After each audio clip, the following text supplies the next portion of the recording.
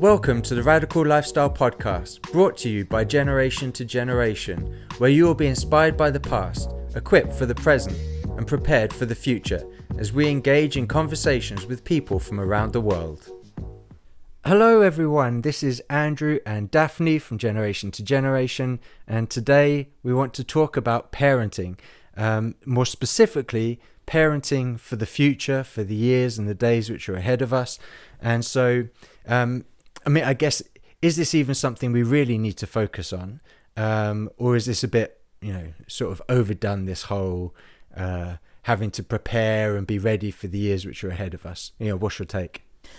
Well, I think if we think about life in general, we're always preparing our children for what's to come. Well, we should be. For example, we prepare them if we're going on holiday. We tell them about it. We prepare them if they're going to start school. We even prepare them if they're going to get a job or anything like that.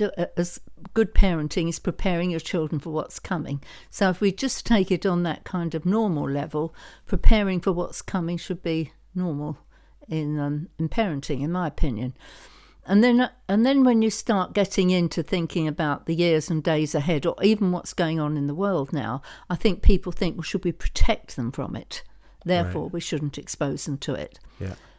But if we knew a tsunami was about to come or an earthquake, we wouldn't say, oh, we can't prepare them for it. It might scare them if we prepare them for it, because they're going to be in it whether we like it or not. Mm-hmm.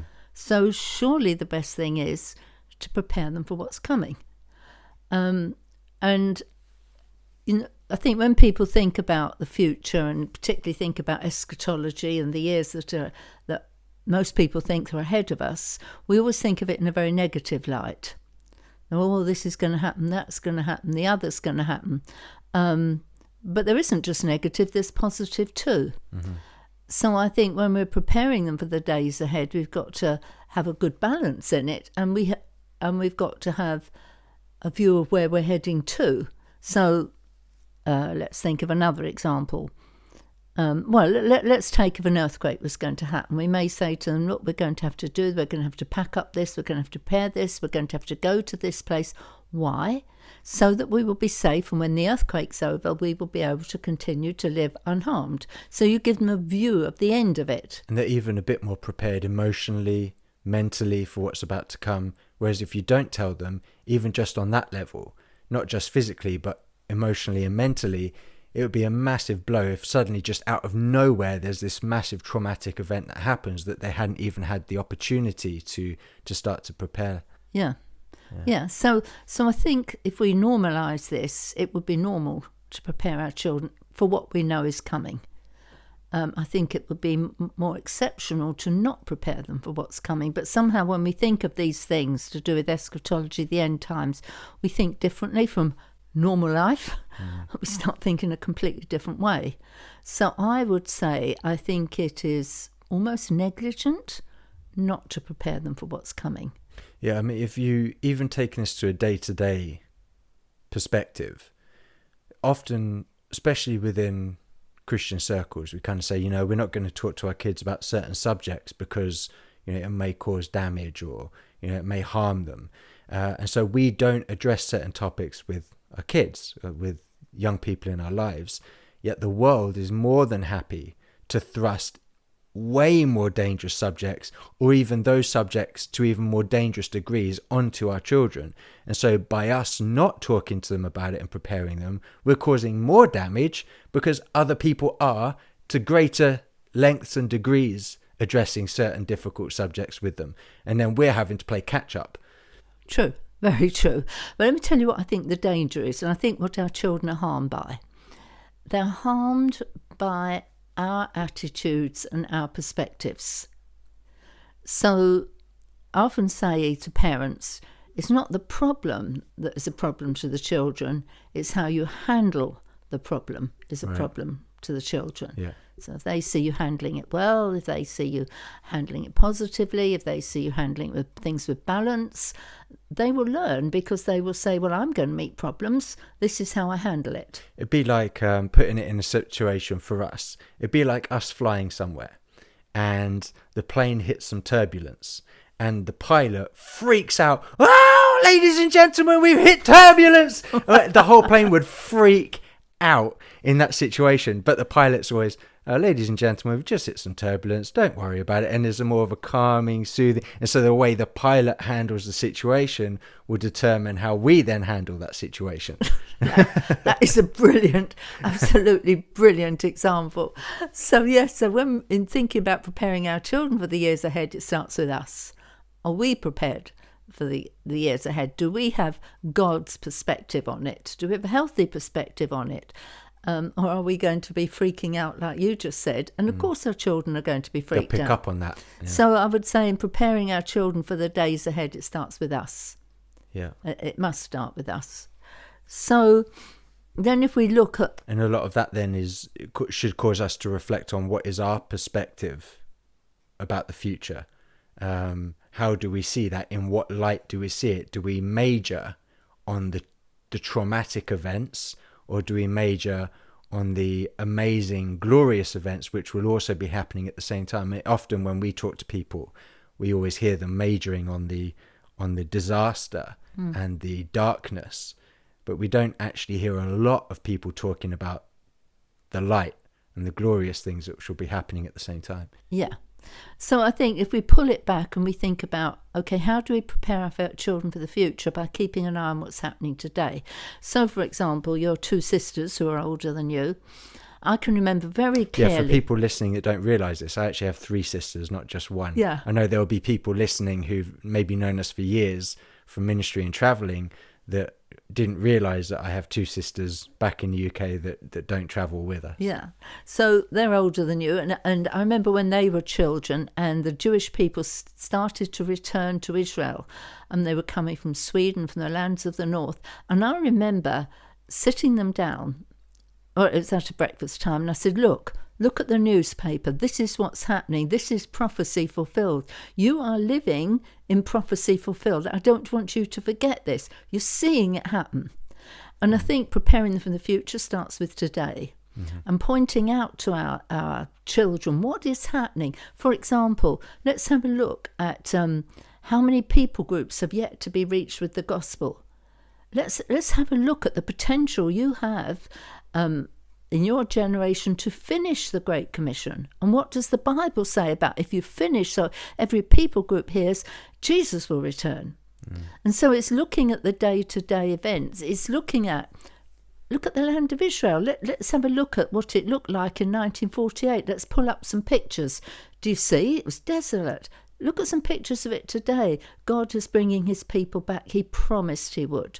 So when we can start pointing to what God is doing in the earth today as a fulfillment of his promises, we can start looking future and seeing what he will fulfill, knowing he is faithful and is a surety of it's happening.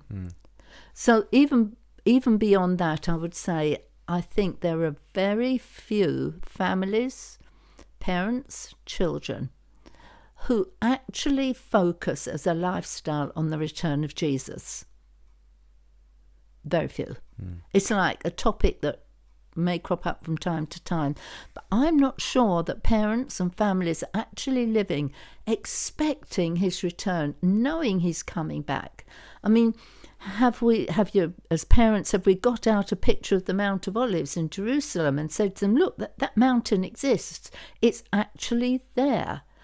And if you've been there, say, we've been there. Take your children there and say, that's where his feet are going to touch down. There is a real mountain in a real place, and in real time, he's coming back. So we've accepted it as a part of our beliefs, but we've not quite grasped the reality of that belief. And if we don't, then our children aren't. Yeah. And I cannot imagine a parent who has really grasped that and really expecting it and really knowing that this is the ultimate that we're looking for, who's not telling their children. So if your children aren't getting it, it's probably because the parents aren't getting it. So I think before you start walking into what's going to happen between now and his return, they have to know absolute assurance in the DNA of your family, in the DNA of your children and you, that he is coming back. Because that's where it all starts and finishes in one go. The new age starts and this one finishes. So if you haven't got that, as a passion of your family, that's where I would suggest it starts. And so then when you begin to go, well, what's he coming back for? Well, why is he coming back? And now we start to get into a bit of our perspectives, because a lot of people think about these times that you're talking about as extremely traumatic, of turmoil or of judgment, which is to come. When they start thinking about these times that we're talking about now we start veering into, okay, so what's your perspective of these times, and what are you majoring on in terms of Well, I was going a bit kids? beyond that before I came back to that. Oh, okay. I was going to, do they know why he's coming back to set up his rule and reign on this earth? Okay, yeah. That we're going to rule and reign with him? That for 1,000 years, they're going to be ruling with Jesus over this earth. I mean, this is enormous.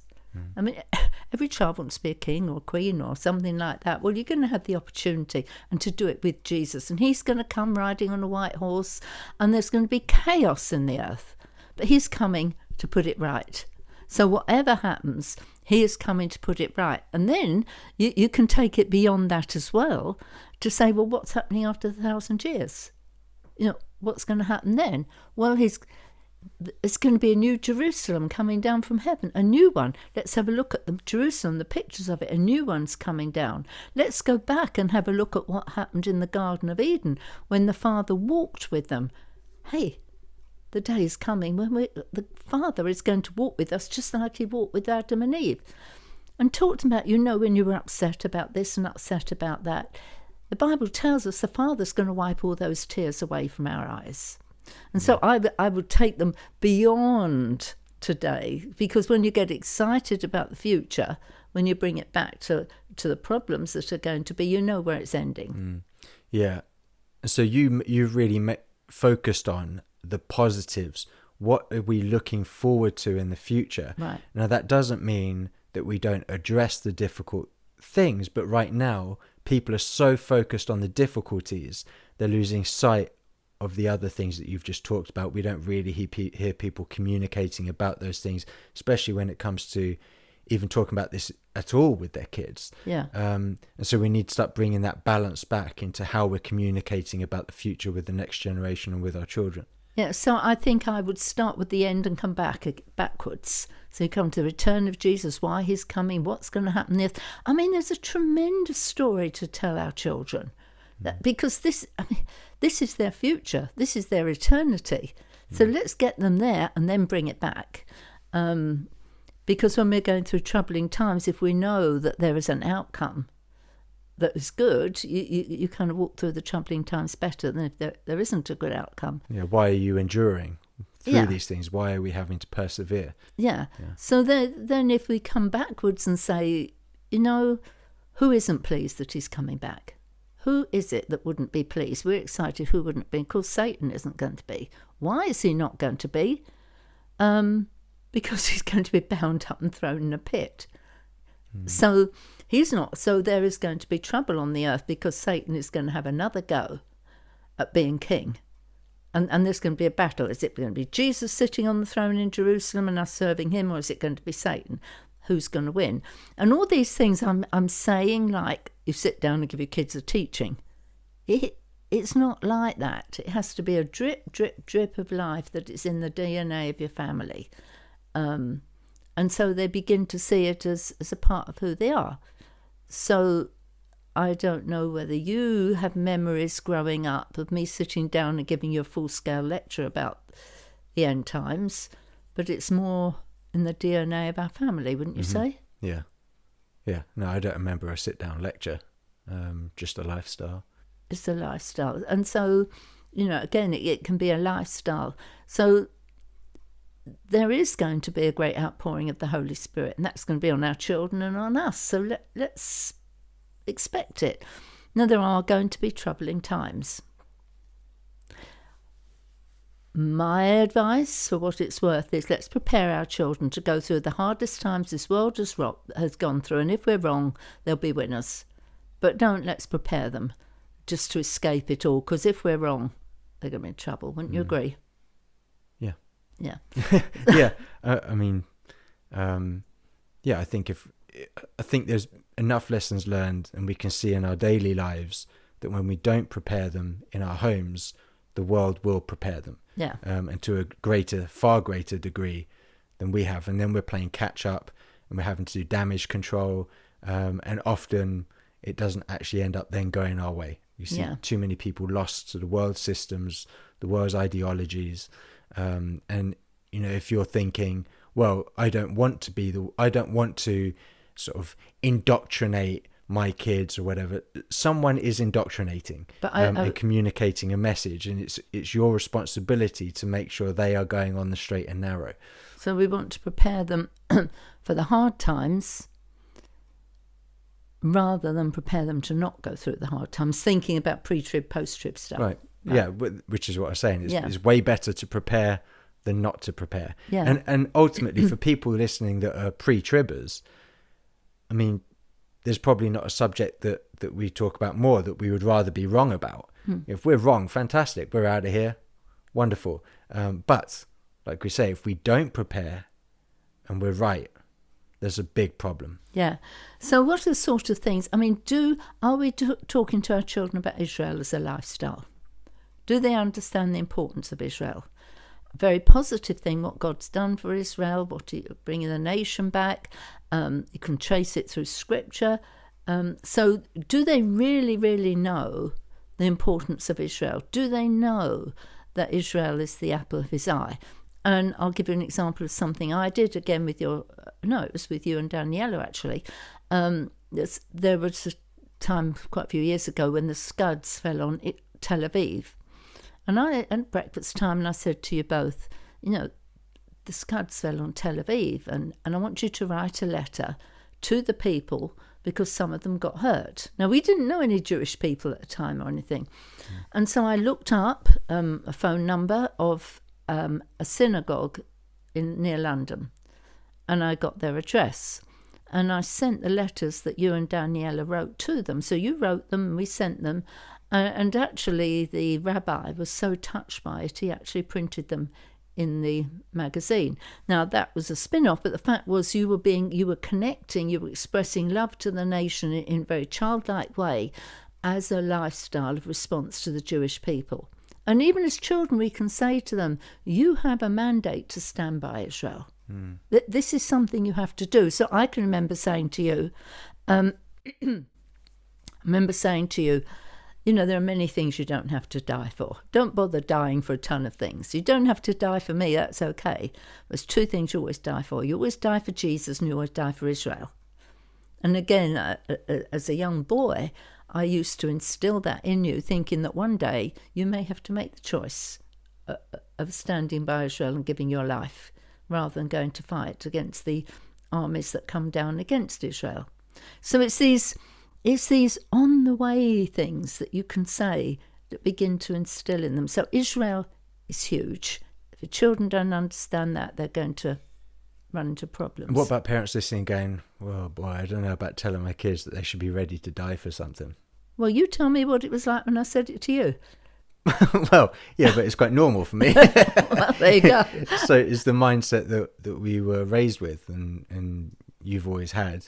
But I know a lot of parents out there and people that we've talked to go, oh, like this is just a completely foreign concept to them, that mindset of raising your kids like that. But when you're raising for children, you're preparing for adults. They're not going to have to make that stand as children. Mm-hmm. You make the stand for them. So but like you said, that like people are trying to protect their kids. And so this is not a protecting message. Yeah, but you're not protecting them if you don't tell them that they need to stand by Israel and one day they've got to stand before Jesus and explain to him why they didn't. I don't see that as protecting them. Right. I see them setting them up for a massive shock. Yeah. So, you know, you got to get in perspective this protecting thing. Mm-hmm. And then there's things like, are we preparing them for the deception that is running rampant on the earth? How can we prepare our children to not be deceived? And again, I think we need to have with them the lifestyle. Let's go and check this against the Bible. That's what you think. Let's check it against the Bible. What you hear in your church, let's say to them, let's go home and check this in the Bible. Not that we have to do that in a way they doubt everybody, but as a lifestyle of checking things against the Word of God, bring them up with it so that they don't fall into deception. Yeah, I was listening to someone talking the other day, and they were being asked about the way their dad raised them or raised him, and a time where he was questioning everything, and he was questioning his faith, and he went to his dad, who was a very well-known apologetic, and he said his dad was like, "Oh, fantastic that he was questioning his faith." He was like, "Thought you'd be angry." He was like, "Why would I be angry?"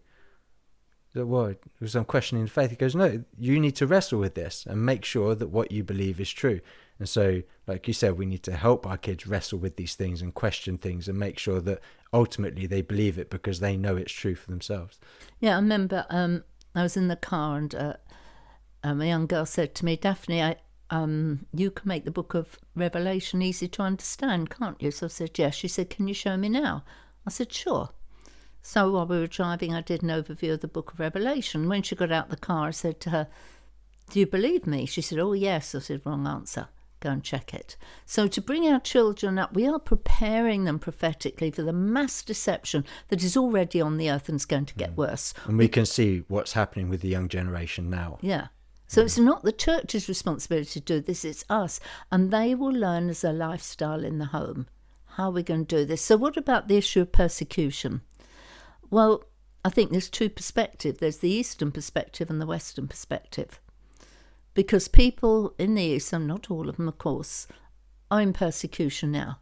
Families are suffering persecution. Children are suffering persecution. And if you're living in the West, it's like, can't face that with our children. Or, well, again, are we going to talk about it? Are we going to prepare them? Are we going to give them a positive view of persecution? Now, people may say, what's the positive view of persecution? Well, I can remember saying to you, I said, what's the greatest honour in the kingdom of God is the martyr's crown. You know, if we die for Jesus, and we've given them, remember, an eternal perspective, we get the greatest honour in the kingdom of God. And when people are martyred, there's the blood of the martyrs, which brings forth many salvations. So, and talking about the Eastern perspective and the Western perspective, I mean, there are a lot of people in these countries that we've talked to that have said, don't pray for persecution to stop. Pray that we would be able to continue to endure and persevere through the persecution. Whereas a lot of the perspective of the West is, no, pray that this persecution doesn't come. Pray that it will stop. And so, again, it's two different perspectives on the situation. Yeah. So I think as parents, we have to have a healthy perspective on persecution without denying the fear and terror of it. Right. So, we don't talk to our children about, this terrible nightmare you might have and all the rest of it. We tell them how to handle nightmares.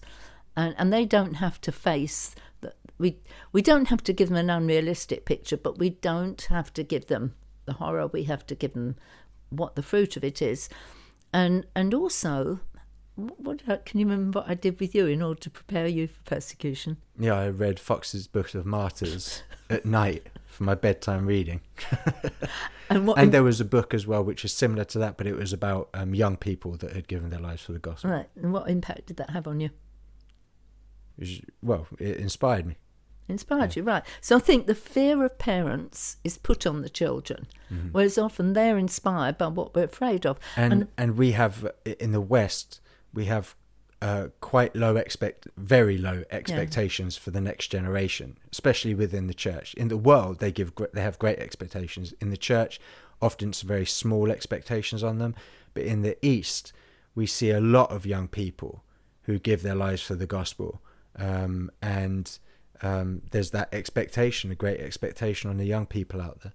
So if we're not going to expose our children to persecution, to stories of persecution, two things. First of all, they have to know that there are children, young people today, their age, in the earth, who are standing through persecution. They're being victorious, they're standing for Jesus, they can do it. So that we have to... This is why I wanted you to read them, not so you'd be afraid, oh wow, they did it, they can stand. The other thing is, if you don't want them to be exposed to persecution, they better stop reading the Bible. Because persecution is all the way through the Bible. We're told it's coming. Yeah, but I mean, it's in the Bible. It's all throughout the Bible. It's normal. And we're told we are going to be hated by all nations. Yeah. We are going to be persecuted. So yeah, if you're not wanting to deal with this, then Don't read the Bible. You might be in the wrong place. Yeah, because I mean, the prophets were persecuted, disciples were persecuted, they were martyred. I mean, Jesus himself was, and we're meant to be following him. So the Bible is a book about persecution, but we tend to not see that. So I could go on and on unpacking the prophetic and unpacking how we prepare for our children. But before we finish, I just want to look at how do we prepare them for the judgments that are coming. How do they understand the judgments? First of all, I think we have to let them know that God disciplines, but he doesn't judge us. And so as the times unfold, there will be a disciplining of the church. God will be walking through hard times that will drive us closer to him. But the main persecution that's going to come on us is going to be from this man called the Antichrist. And God is going to protect us through those times, just like he did with the people in Egypt. He's going to walk with us. We do not have to fear walking through these times. The person who is going to be after us is the Antichrist, but we've got to learn to stand against him. And I think even now, we can start talking about this man who's going to come, and we can start saying to them, there are two sorts of marks that you can have on your head and on your hands. One is going to be given by the Antichrist, and one is going to be given by Jesus. And a time will come you're going to have to choose. Which mark are you going to have? Which person are we going to follow? Are we going to follow Antichrist? Are we going to follow Jesus? We're going to have to choose. So we can start sowing all these things into our children as a lifestyle, not all at once. But I think we do have to prepare them. We can't play catch up as the birth pains come more and more frequently in our children and we are in disarray. And I think as we set out to prepare our children, we have to prepare ourselves. And that's not a bad thing for all of us to do. Yeah, because like one of our favourite discipleship examples, Mordecai and Esther, Mordecai was prepared himself. He set the example and raised Esther in his footsteps. He was the example to her and she followed him. And that needs to be the way with us. We need to be prepared ourselves and also preparing them so they can follow our examples.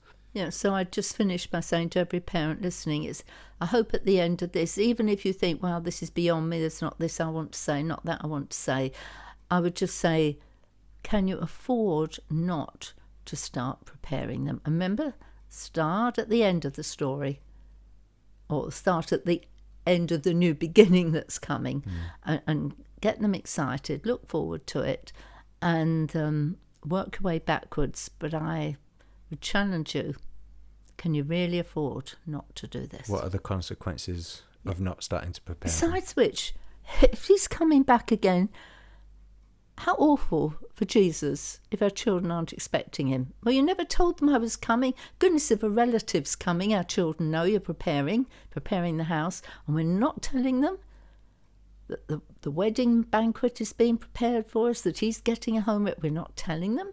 How awful for Jesus. So there's my words of wisdom or not. It's my lifestyle, your lifestyle, and I'll leave the listeners free to think about it. Accept them or not. Yes. It's over to you at this point. So thank you everyone for listening. We hope this was encouraging and challenging. And, for us, we're taking the responsibility to prepare the next generation seriously. We don't want them to be faced with things that we haven't told them about beforehand and prepared them for beforehand. So, thank you for listening. We appreciate you. Until next time, we'll catch you later. Thank you for listening to this episode. If it inspired you, please rate us and subscribe on Apple or Google Podcasts, Spotify, or another podcast platform.